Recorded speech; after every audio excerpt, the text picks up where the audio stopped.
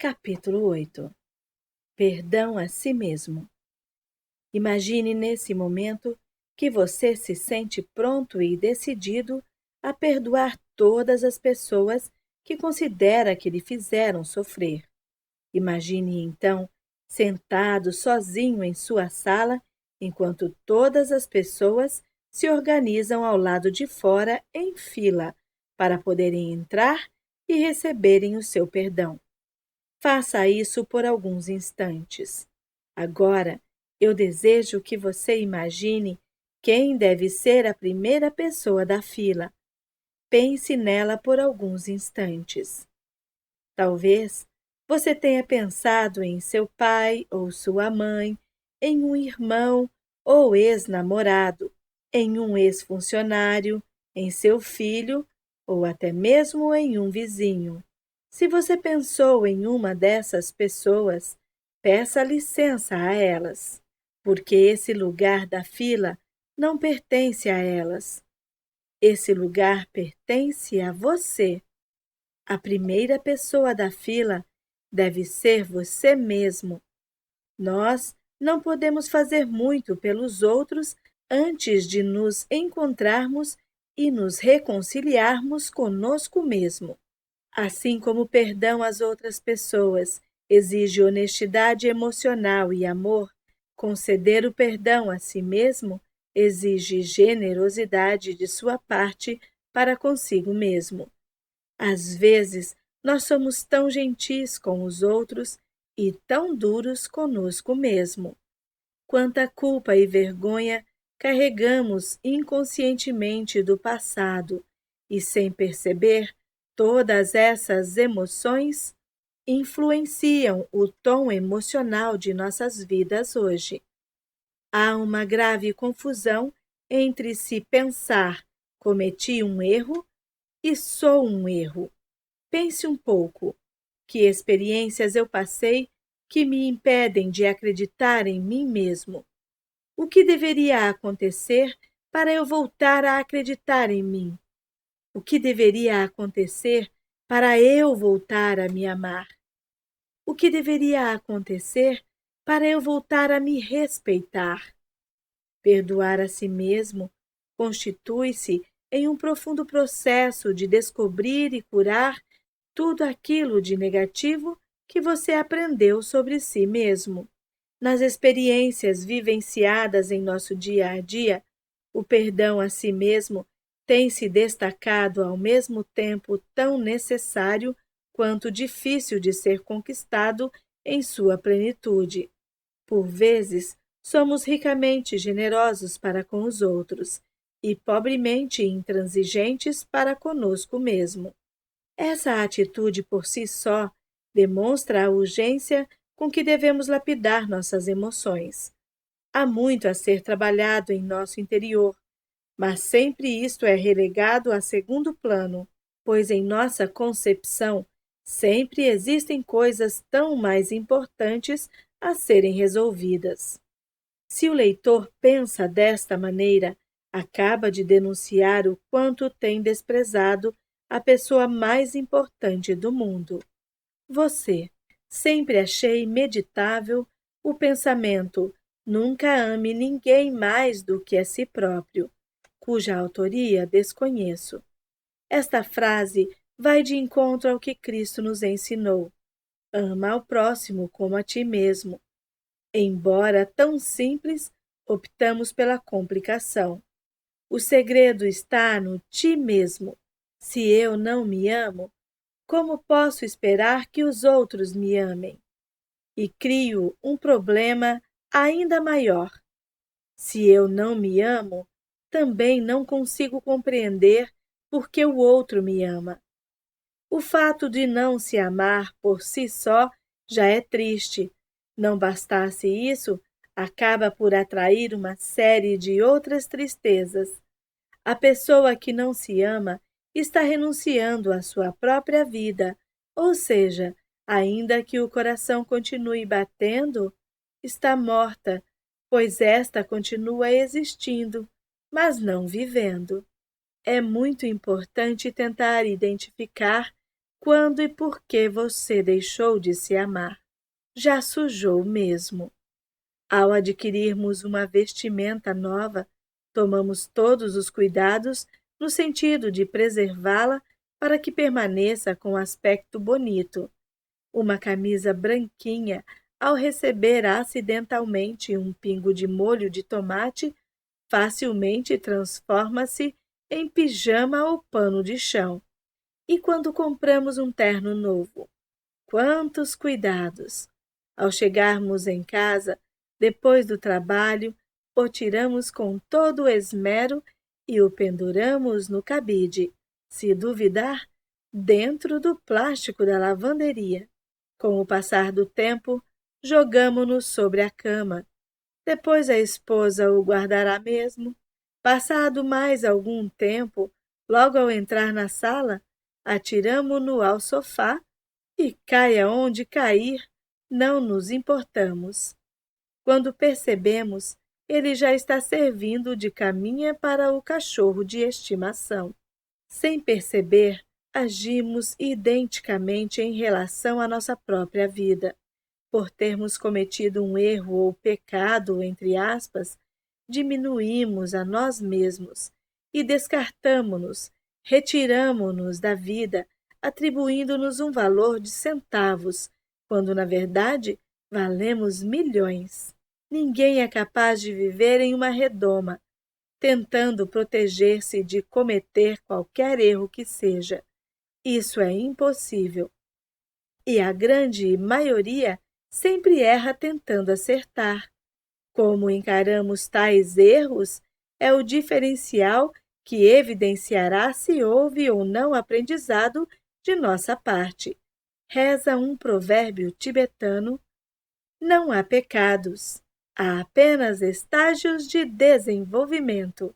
Do mesmo modo que é impossível levar uma vida isenta de erros, também não me é lícito errar sempre, com o pensamento de que se cair posso me levantar.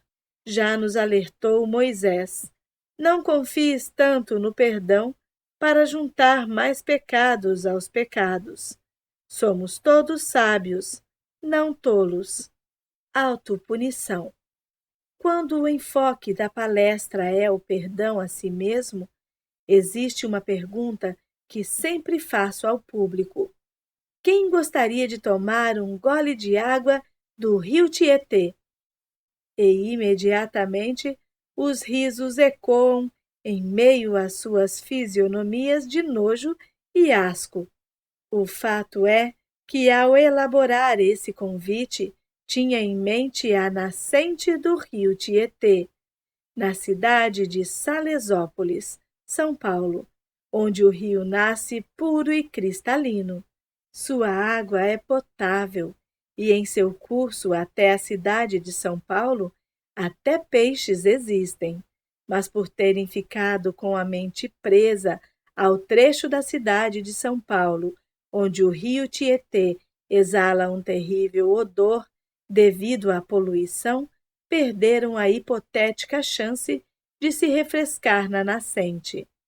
Não agimos de modo diferente quando vivemos envoltos numa atmosfera constante de autopunição. Se afirmarmos "você é maravilhoso", logo lhe vem à mente: é que você ainda não me conhece de verdade. Se proclamamos "você é filho de Deus e merece ser feliz", os pecados logo lhe brotam à mente, em forma de negar essa afirmação tão maravilhosa e essencial à nossa vida. Pode ser que cometemos alguns erros, pequenos ou grandes, mas nós somos mais do que os nossos erros. Lembre-se de que a bondade existe em seu interior. O rio Tietê não é poluído. O rio Tietê está poluído. É diferente. Se ele fosse poluído e não tivesse salvação, já nasceria poluído desde a fonte. Mas não é o que acontece. Semelhante ao rio Tietê, nascemos também puros e cristalinos, E no curso de nossa vida, também fomos permitindo que um cano de esgoto aqui e outro ali poluíssem nossa pureza original.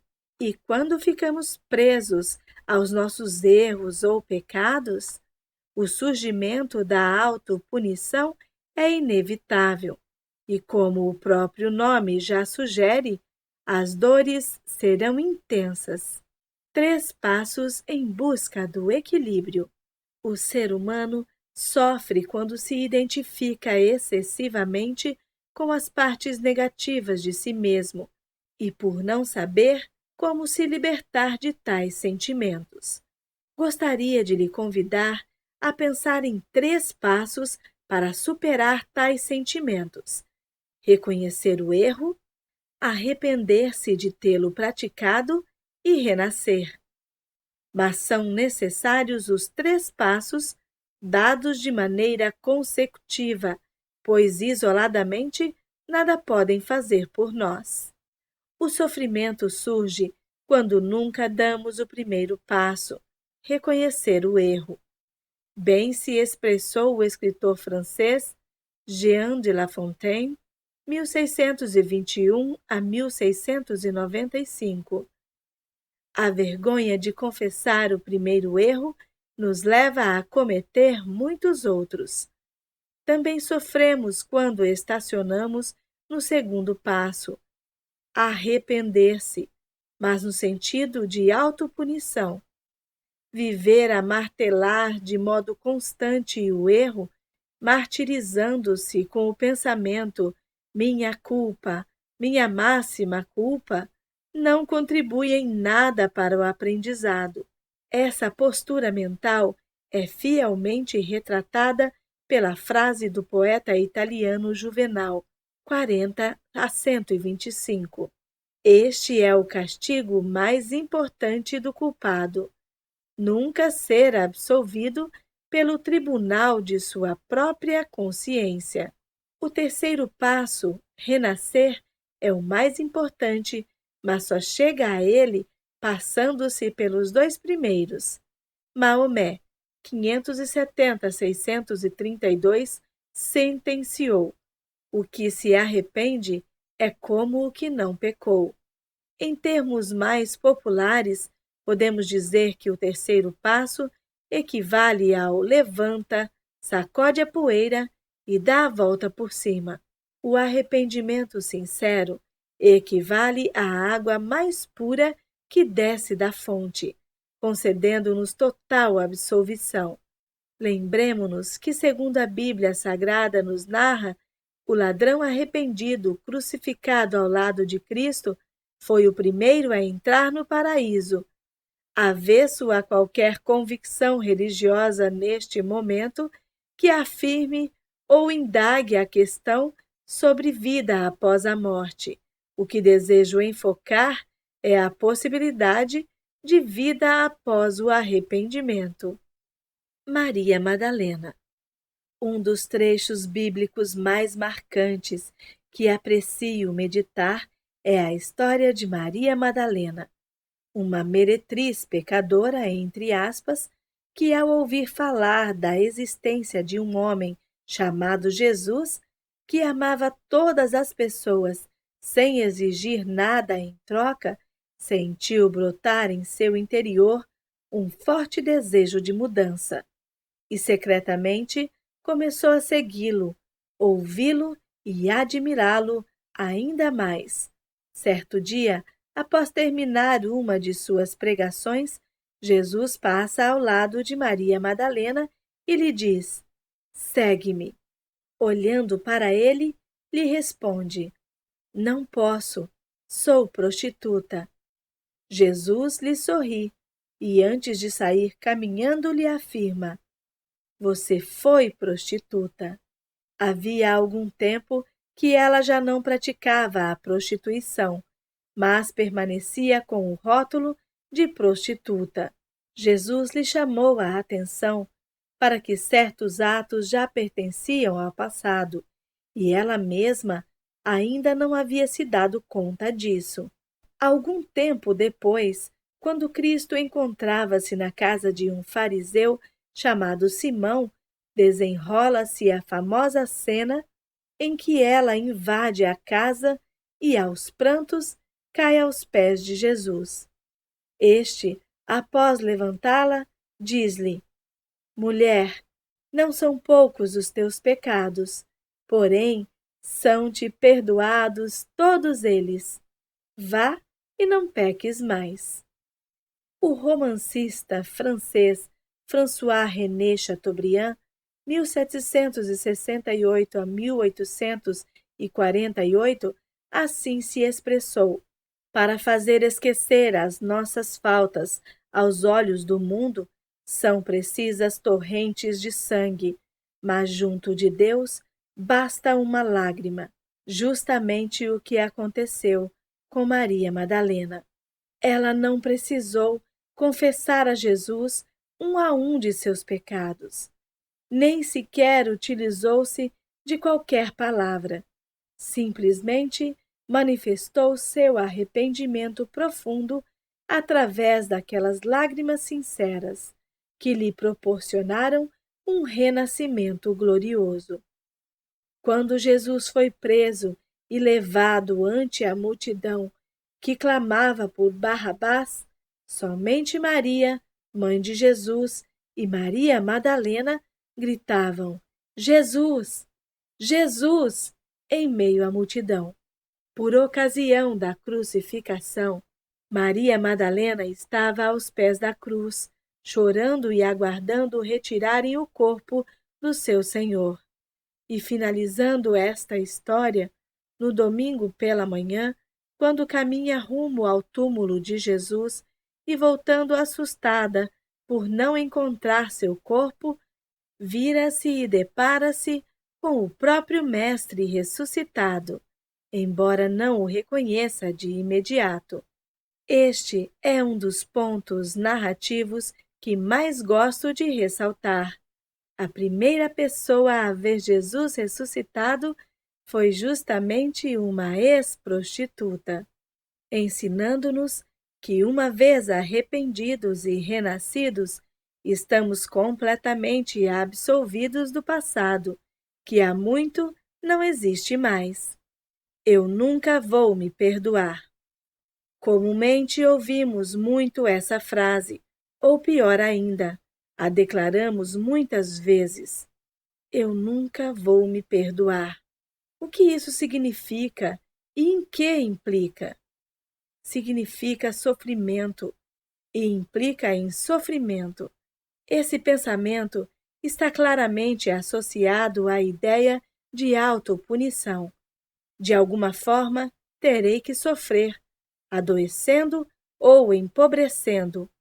Importa é que terei de sofrer. Mesmo que a vida me ofereça muitas bênçãos, com extrema habilidade, me desviarei delas e criarei meus próprios sofrimentos. É de grande valia analisarmos os casos de curas atribuídas a Jesus, narradas no Novo Testamento. Ao deparar-se com um doente, Cristo perguntava: Tu queres ser curado?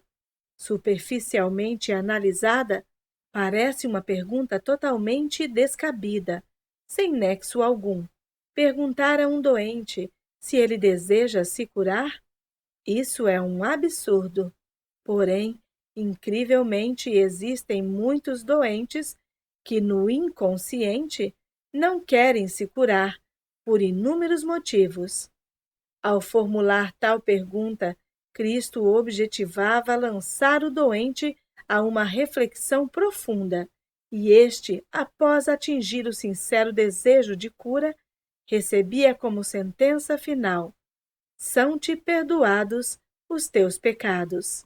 Em alguns casos, Jesus não disse está curado, mas sim está perdoado, pois, como profundo conhecedor da psique humana, Cristo sabia que todas as doenças são originárias da própria mente, oriundas do desejo de autopunição ou de alguma desarmonia vivida consigo ou com outrem, não sendo, portanto, castigos divinos, pois, se realmente fossem instituídas por Deus, nem mesmo ele, Jesus, teria permissão para curá-las, porque para o meu caso não existe perdão. Atendi determinada vez a uma senhora residente na Grande São Paulo, com cerca de 45 anos de idade. Ela foi praticamente amarrada, entre aspas, para participar da minha oficina do perdão. Antes de começar a palestra, ela estava lá fora, fumando sem parar, chorando e dizendo o tempo todo que queria morrer, que tinha que morrer, que precisava morrer. Sua filha, que a estava acompanhando, começou a entrar em desespero e solicitou que, após a palestra, eu atendesse sua mãe. E assim aconteceu. Terminado o evento, após abraços, risos, lágrimas e muitas fotos, fui atender aquela senhora. Quando entrei na sala, ela já se encontrava sentada em frente à mesa. Cumprimentei-a e, após sentar-me à sua frente, perguntei-lhe como poderia ajudá-la. De cabeça baixa, não me respondeu nada. Então repeti a pergunta e, novamente, não obtive qualquer reação. Seus pensamentos estavam tão longe que era como se não estivesse ali. Comecei a observá-la com detalhes. Seu olhar era opaco e distante, encoberto por fortes olheiras. Os movimentos de suas mãos eram tão vagarosos que parecia estar sob o efeito de forte medicação, uma abulia total. Após mais um tempo em silêncio, firmei o tom de voz e, chamando-a pelo nome, repeti a pergunta. Foi então que ela levantou a cabeça e, embora olhasse para minha direção, era como se não me enxergasse. Com uma voz muito fraca, respondeu-me: Ninguém pode me ajudar, porque eu não mereço ajuda. Eu mereço morrer, mas não pode ser uma morte rápida. Tem que ser uma morte bem lenta, bem doída, onde totalmente consciente eu sofra muito, sentindo cada segundo de dor. Confesso que fiquei espantado com a resposta, que traduzia o prolongado período de sofrimento anímico pelo qual estaria atravessando. Solicitei a ela que me desse permissão para continuar a conversa, pois eu queria, de alguma maneira, ajudá-la a sair do sofrimento, e a resposta foi direta. Eu só estou aqui porque minha filha pediu para que eu viesse conversar com o senhor. Parece-me que o senhor é uma boa pessoa, mas não perca seu tempo comigo. É melhor eu me retirar, para que o senhor possa atender outras pessoas, porque, para o meu caso, não existe perdão. Eu preciso ainda sofrer bastante antes e depois de morrer. Como você também já pode perceber, suas respostas eram carregadas de uma alta carga de negatividade, autopunição, desespero, desalento, profundamente deprimida. A essa altura, intuitivamente, eu já começava a imaginar qual deveria ser o grande pecado, entre aspas, que ela precisava sofrer para pagar. Numa folha de papel sulfite em branco, registrei o que imaginava ser o ato abominável, entre aspas, e, virando-o de ponta cabeça, tentei continuar a conversa. Disse a ela que naquele momento eu só me importava com ela e que meu desejo de ajudá-la era muito grande. Pedi para que confiasse em mim. Afirmei-lhe que nada nessa vida é imperdoável, principalmente aos olhos de Deus. Novamente, era como se ela não tivesse ouvido nada. Olhava ao longe, aparentando estar completamente dopada e muito distante da sala em que nos encontrávamos. Tive que chamá-la de novo pelo nome, e após ter a certeza de que ela estava me ouvindo reiterar a minha disposição em auxiliá-la, abaixou a cabeça, sem me dizer uma palavra sequer. Supondo que tivesse aceitado prosseguir a conversa, perguntei-lhe que pecado tão grande teria cometido para merecer tanto sofrimento. Como já era de se esperar, nenhuma resposta me foi dada. Ela simplesmente erguia a cabeça, olhava dentro de meus olhos, pedindo socorro e tentando balbuciar algumas palavras, abaixava a cabeça novamente, sem conseguir emitir um som sequer. A cada vez que eu repetia a pergunta, ela seguia o mesmo ritual. Realmente, ela estava engasgada e não conseguia liberar todo aquele. De repente, ela se levantou e disse que ia embora, pois existiam mais pessoas para serem atendidas, e o caso dela nem a morte resolveria. Fiquei em pé também, e severamente ordenei-lhe que se sentasse, pois só sairia dali quando eu permitisse. Assustada, sentou-se me olhando com espanto. Também me espantei com minha atitude. Comecei a falar-lhe. Nessa vida, todos nós estamos aqui para aprender, inclusive com os nossos erros, fugindo da vida, fugindo dos problemas, como a senhora tentou fazer agora ao sair da sala, não contribuirá em nada para erradicar tamanho sofrimento que a senhora está vivenciando. Pare de fugir, busque o aprendizado e continue a vida de uma maneira digna. A senhora é filha de Deus, já foi perdoada por Deus e tem um valor infinito. Num acesso de fúria, ela retirou seus anéis de ouro dos dedos e colocou-os próximos a mim, dizendo: só se isso tem valor, pois eu não tenho valor algum. Pode ficar com essas porcarias, pois eles nem sequer servem para embelezar o lixo humano que eu sou. Tudo ao meu redor é feio. Minha casa está cheia de ratos e aranhas, por todos os lados. Todos os armários estão sujos. Não tem lâmpadas. Está tudo escuro. Eu vivo com medo lá dentro.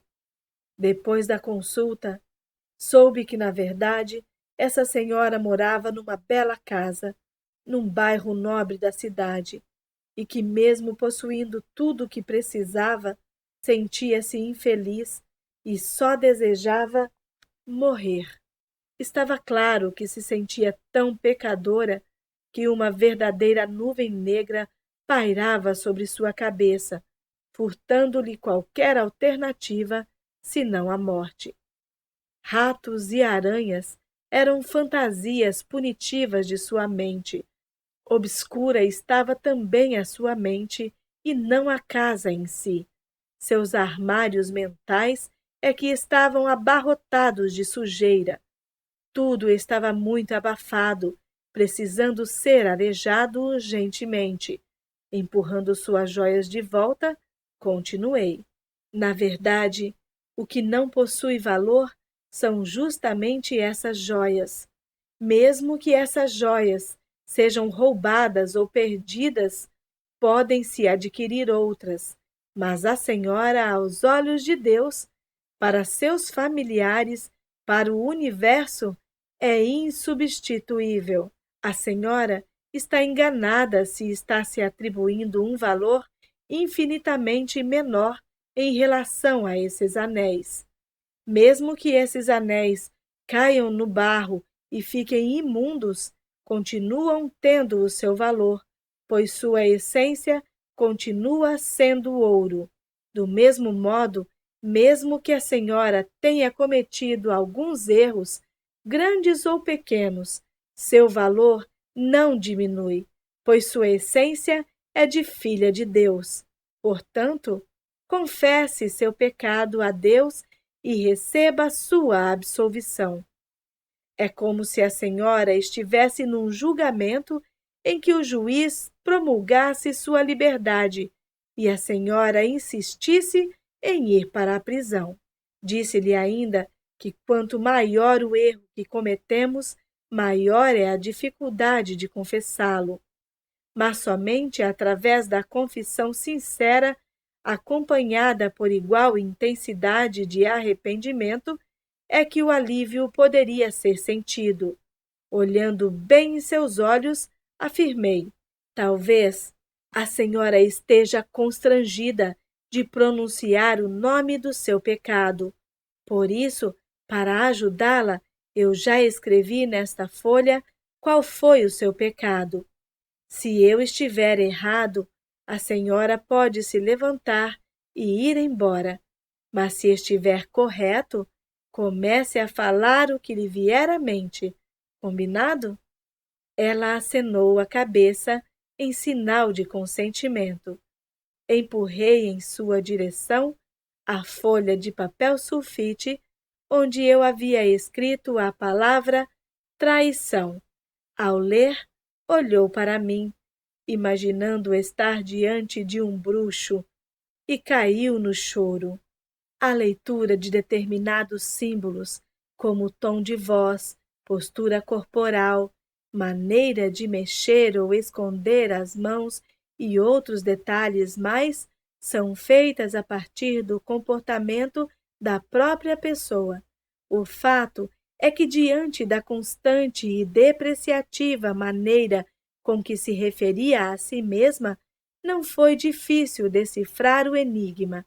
Seu drama de consciência era tão consumidor que não lhe restava outra alternativa senão a morte, mesmo que fosse pelas próprias mãos, como me confessou mais tarde.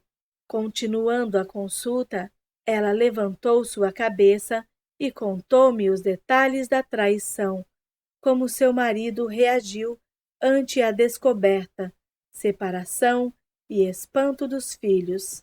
Enfim, todo o momento vivido desde então.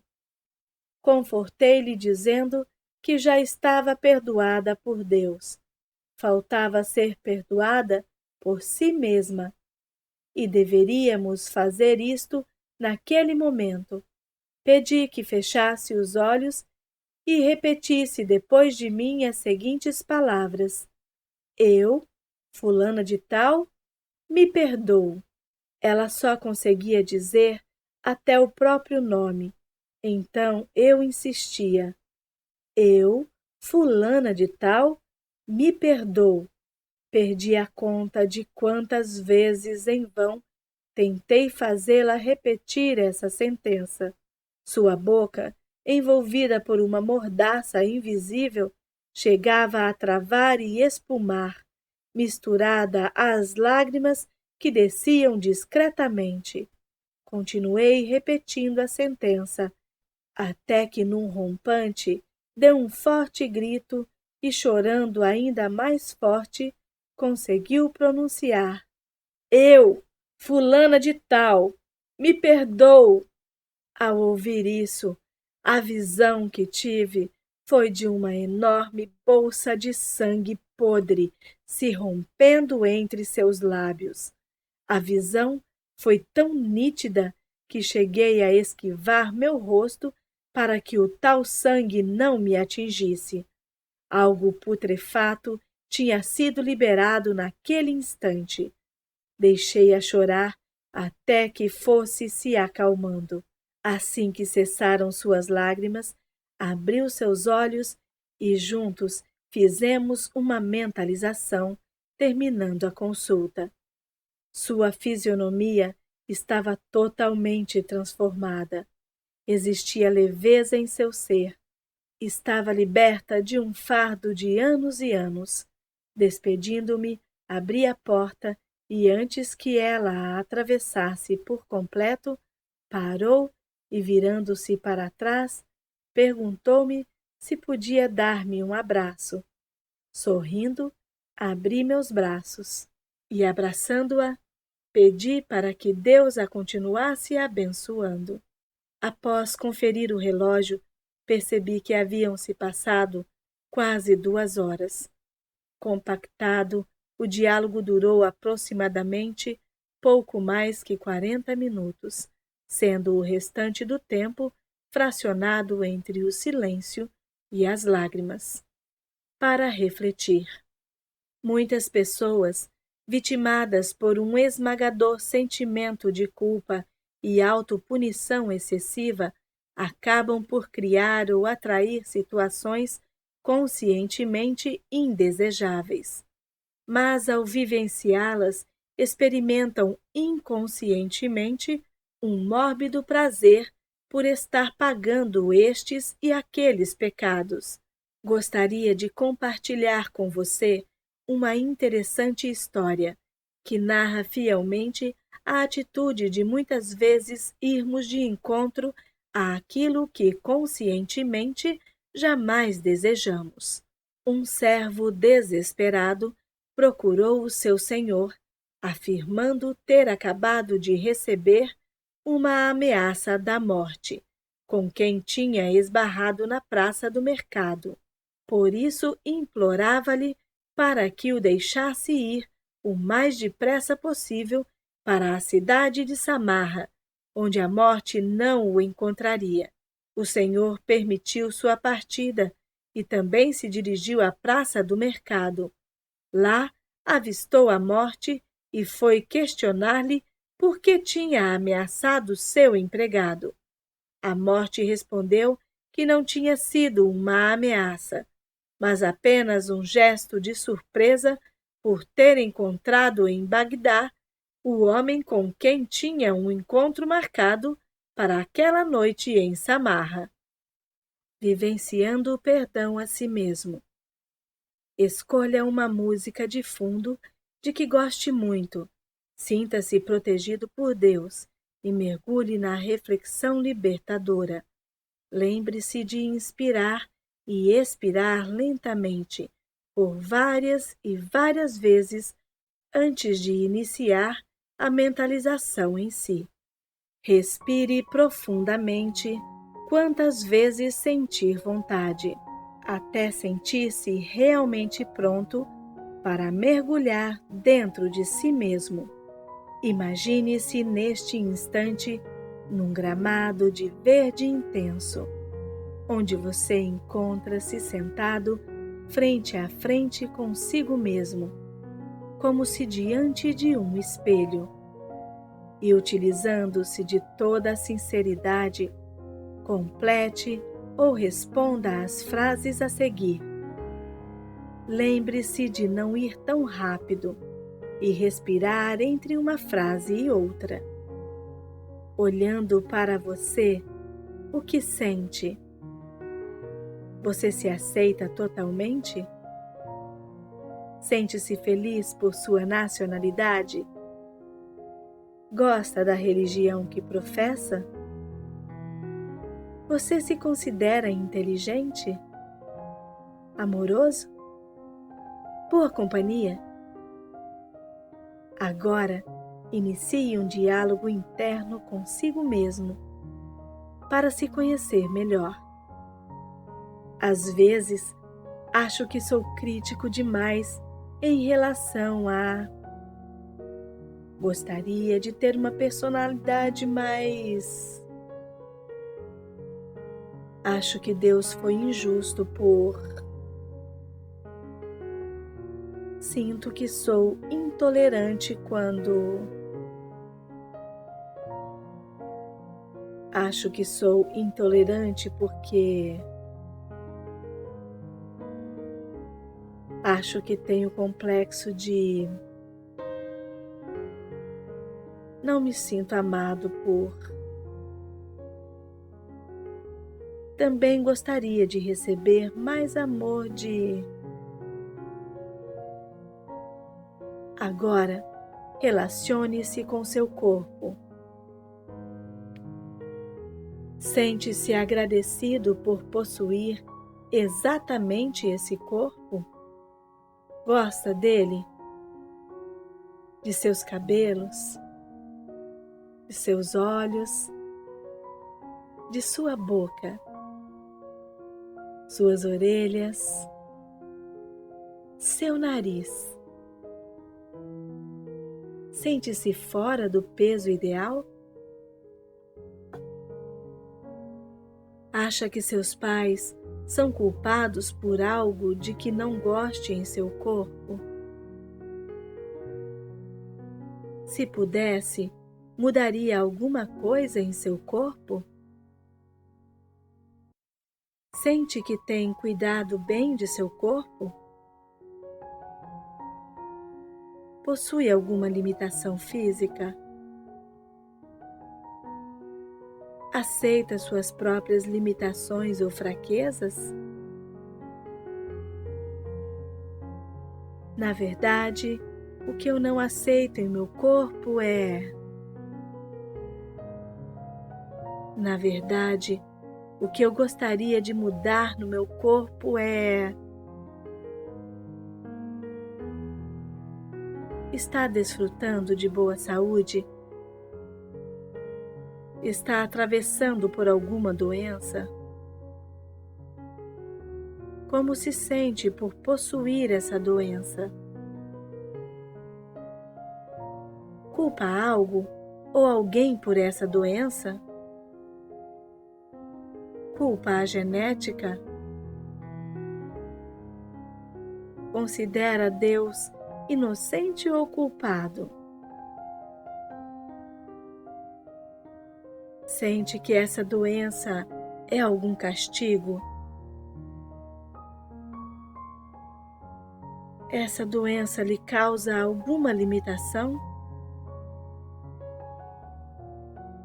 Como acha que seria sua vida sem essa doença? Existe algo que você possa fazer para amenizar os efeitos dessa doença?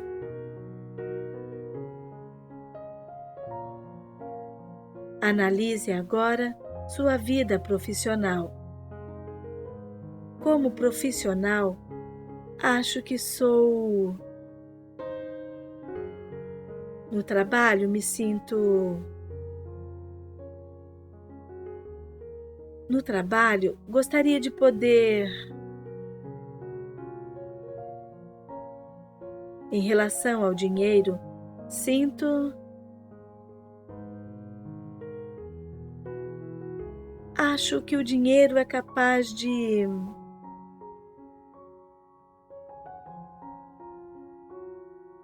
Agora, vamos analisar seu comportamento sexual. Sente-se feliz por ter nascido com esse sexo? Em relação ao sexo, sinto... Minha primeira experiência sexual foi com... E eu senti muito.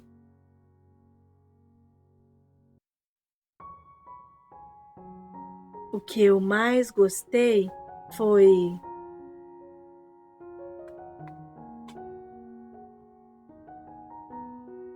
O que eu não gostei foi... Considero meu comportamento sexual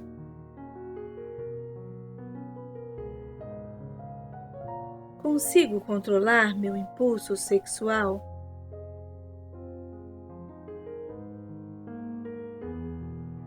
Gosto de praticar sexo quando...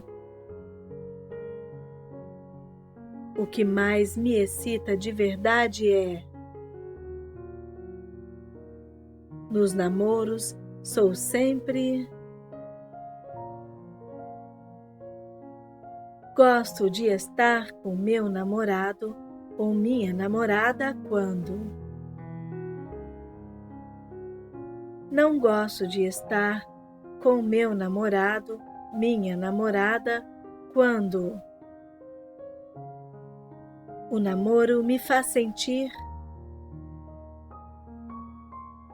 Quando me imagino casado, sinto... Já pratiquei ou induzir alguém a praticar abortamento, agora você vai mergulhar um pouquinho mais dentro de si para identificar o porquê de alguns vícios, como fumar, beber, drogar-se, se você os possuir, é claro. Meu maior vício é... Todos sabem desse vício ou é escondido? Esse vício começou quando eu tinha a idade de... Acho que esse vício começou por causa de... Na verdade, acho que a real causa foi... Quando eu fumo, quando eu bebo, quando eu me drogo, me sinto muito... Sinto que não quero deixar esse vício por conta de... Sinto que quero deixar esse vício para poder... Acho que não consigo largar por causa... Na verdade, não consigo largar porque... Se eu largar, acho que minha vida será... E se eu não largar, sinto que minha vida... Nessa fase final, continue buscando por respostas sinceras, para que consiga, enfim, se libertar de qualquer sentimento esmagador de culpa. Quando eu era criança, lembro-me que... Até hoje, meus pais nem imaginam que eu me puno por... Também me sinto culpado em relação a... Sinto vergonha quando sinto vontade de... Sinto vergonha por ter praticado... Não consigo me controlar em relação a... Acho que mereço ser... Acho que posso ser mais... Na verdade, quero... Na verdade, o que eu mais quero é... O segredo que eu nunca contei para ninguém é... Escondendo isso, sempre me senti... Às vezes, acho que não mereço perdão porque... Às vezes, não consigo acreditar no perdão de Deus porque... Não consigo me perdoar por achar que... Não me perdoando, acho que a minha vida será... Não me perdoando, acho que minha saúde...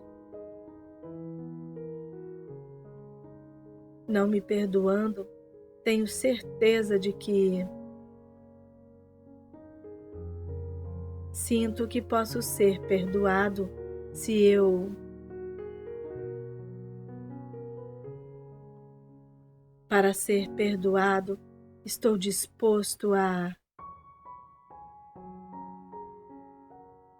Quando eu me perdoar, acho que minha vida será... Quando eu me perdoar, acho que minha saúde... Quando eu me perdoar, tenho certeza de que, quando eu me perdoar, também sei que, no momento em que eu me perdoar, a maior mudança será me perdoando, a minha relação com os demais se tornaria. Estou disposto a me perdoar neste instante? Se a resposta for sim, imagine-se envolto em muita luz e o barulho de grossas correntes caindo e espatifando-se ao chão, simbolizando essa libertação plena.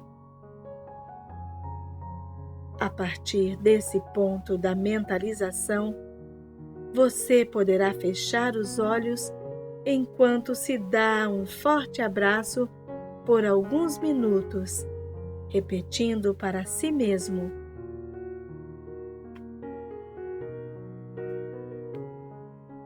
eu me perdoo, eu me abençoo. Deus já me perdoou e me abraça com seu amor grandioso.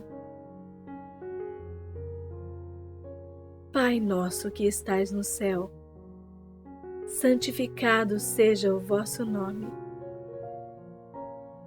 Pai nosso que estais aqui e agora e que vives dentro de mim, santificado seja o meu nome. Pronuncie seu nome completo. Deus já me perdoou e me abraça com seu amor grandioso. Eu me perdoo. Eu me abençoo.